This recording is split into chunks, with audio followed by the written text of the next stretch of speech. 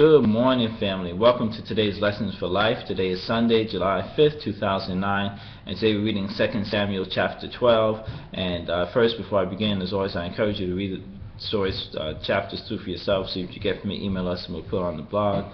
But we see here, even though we're reading chapter 12, as we mentioned before, that's really a continuation of yesterday's chapter 11. So we don't want to be just stuck in one chapter as the end of the story, because as they continue through, you see the continuation of the story as we see in this example here.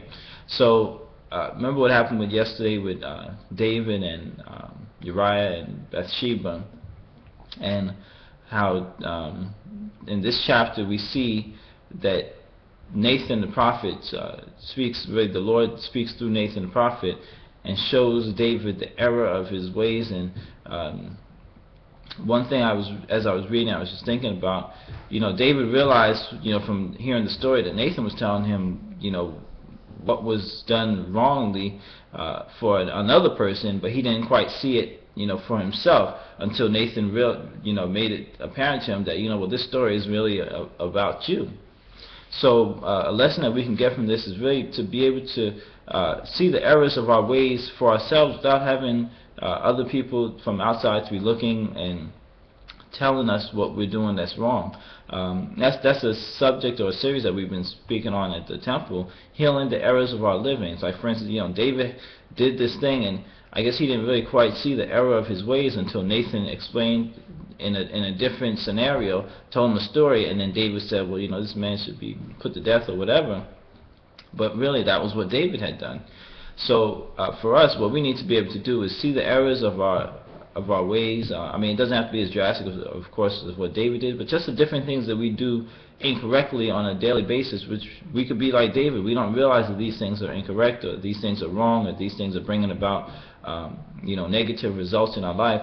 But if we're able to really examine our lives and examine the things we're doing and fix the things that we're doing wrongly, because we're all doing some things that's not really in alignment with what God wants us to do, but tweak these little things in our lives, and we can actually get better results and have more productive lives and more fulfilling, more happier lives if we're able to really examine the errors that we have in our own living.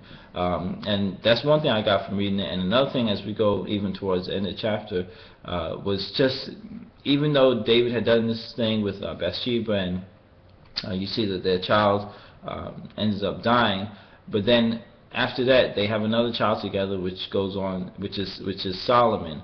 So even after there was this thing that was displeasing to the Lord, Solomon came out of their union. And the lesson we can get for that is that no matter what the situation or mess that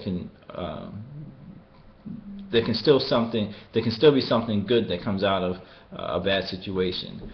All right, so there can still be something good that comes out of a bad situation. No matter what the situation is, something good can still come out of it. And that's really what I got from reading this chapter. There's other stuff, like I said, I want you to read it for yourself.